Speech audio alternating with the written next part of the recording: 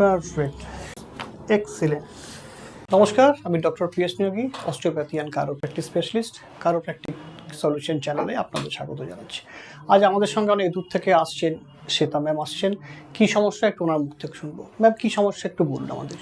আমার সমস্যা বলতে মূলত স্পন্ডলাইটিসের একটা পেইন আছে আমার, ওকে, যেটা ঘাড় থেকে শুরু হয়, আচ্ছা পিঠের লেফট সাইডে, এবং ওকে, খুব ওয়ার্স্ট কেসে সেটা ডান হাতেও আমার ছড়িয়ে যায়। আচ্ছা আচ্ছা কখনো কখনো সেখান থেকে মাথায় একটা যন্ত্রণাও হয় যখন আচ্ছা। এক্সট্রিম কিছু পেইন হয় বা আচ্ছা আচ্ছা বুকেও প্রেশার পড়ে। আচ্ছা তো বেশ অনেক দিন ধরেই ভুগছি। তো আচ্ছা আচ্ছা। সেটার কিছু সলিউশন জানা গেলে খুব ভালো হতো। হ্যাঁ হ্যাঁ, কোনো ডাক্তার বা কিছু আগে দেখিয়েছিলেন কিছু?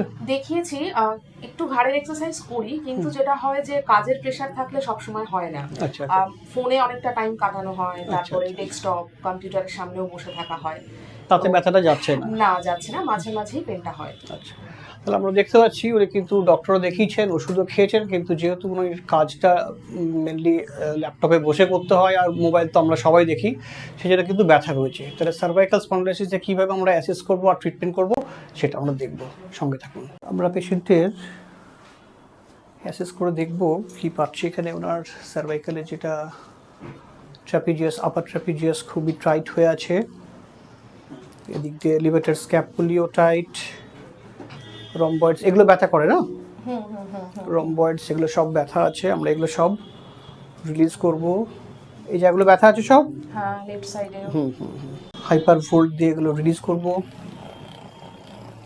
ওনার লেফট রাইট দুটো সাইডেই কিন্তু সিভিয়ার রকমের টেন্ডারনেস রয়েছে, লেফট সাইড রাইট সাইড। এদিকেও ব্যথা আছে লেফটে, এদিকে আপার ট্র্যাপিজিয়াস, লিভাটার স্ক্যাপুলি, রম্বয়েডস, স্প্লিনিয়াস ক্যাপিটিস এগুলো সব টাইট হয়ে আছে। আমরা প্রথমে এগুলো অ্যাক্টিভেট করব, ব্লাড সার্কুলেশনটা বাড়াবো, এরপরে আমরা আইএসটিএম দিয়ে সেগুলো ডিপ রিলিজ করব। কয়েকটা সেশন পরে যদি প্রয়োজন হয় আমরা আরও ডিপ রিলিজ করার জন্য ড্রাই নিডলিং করতে হতে পারে, সবার একরকম লাগে না। এরপর ডিপ পারকাশন রিলিজের পরে আমরা একটু আইএসটিএম রিলিজ করব। এটা আর একটু ডিপ হবে, একটু লাগতে পারে ম্যাম, একটু, কিন্তু একটু ডিপ না লাগলে রিলিজটা হবে না।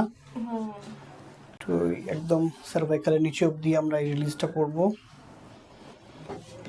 সাব অক্সিপিটাল মাসলগুলো টাইট হয়ে থাকে, ওনার যেটা হেডেক, হ্যাঁ হ্যাঁ হ্যাঁ, হেডেক মাইগ্রেন যেটা হয় সেটা। এদিকে পুরো রম্বয়েডসকে নিয়ে আমাদের প্যারাস্পাইনাল সাব অক্সিপিটাল আমরা অলরেডি রিলিজ করেছি। বোথ সাইড করতে হবে, ওনার লেফট সাইডেও কিন্তু ওনার খুব বেশি ব্যথা লাগছে না তো? না, বাট হ্যাঁ একটা পেন আছে। আমরা ডিপ নেক মাসলগুলো রিলিজ করব। ম্যাম ছেড়ে দিন, একদম একদম লুজ ছেড়ে দিন, আমাকে কোনো হেল্প করবেন না, আমাকে কোনো আটকাবেন না, একদম যেমন পুরো শুয়ে পড়লে যেমন ছেড়ে দেন মাসল, ওইভাবে মাসল লুজভাবে ছেড়ে দিন। পারফেক্ট। এনার কিন্তু খুব সিভিয়ার রকম টাইট, অনেকটা লুজ করার পরেও কিন্তু টাইট হয়ে আছে। আমরা এইভাবে কিন্তু deep sub occipital muscle release করব।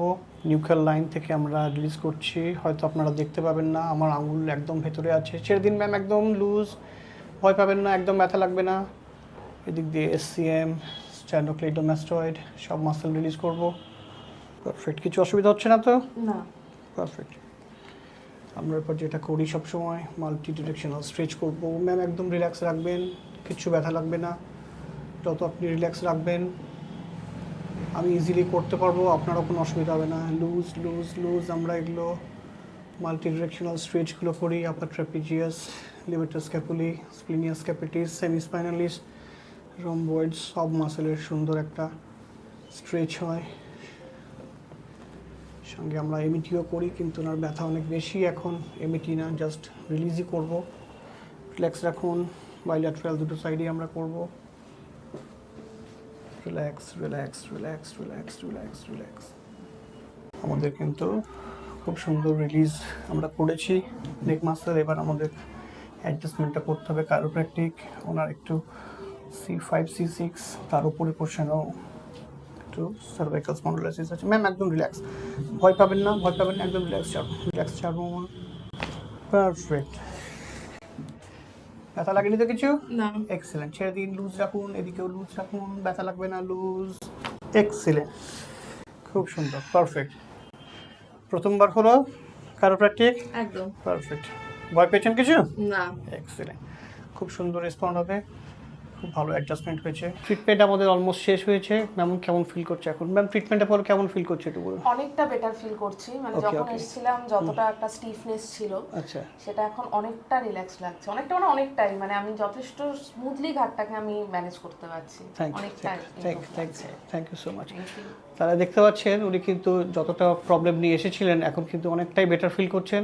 এটা কিন্তু উনি আগে ওষুধপত্র অনেক খেয়েছেন, এরকম ফিল করেননি না, আগে এরকম কিছু। feel হ্যাঁ, করিনি তো কখনো। তাহলে কিন্তু দেখতে পাচ্ছেন অস্টিওপ্যাথি বা কারোপ্র্যাকটিকে কিন্তু আমরা ইনস্ট্যান্ট রিলিফ দিতে পারি, যেটা কোনো ওষুধ বা সার্জারি কোনো কিছু ছাড়াই, কোনো রকম সাইড এফেক্ট ছাড়াই কিন্তু ইনস্ট্যান্ট আপনি রিলিফ পাবেন। তাহলে এই যে দেখছেন অস্টিওপ্যাথি বা কারোপ্র্যাকটিক এরকম ইনস্ট্যান্ট রিলিফ পাচ্ছেন, তাহলে আমাদের যারা দর্শক বন্ধু যারা দেখছেন তাদের জন্য কোনো মেসেজ দিতে চাইবেন?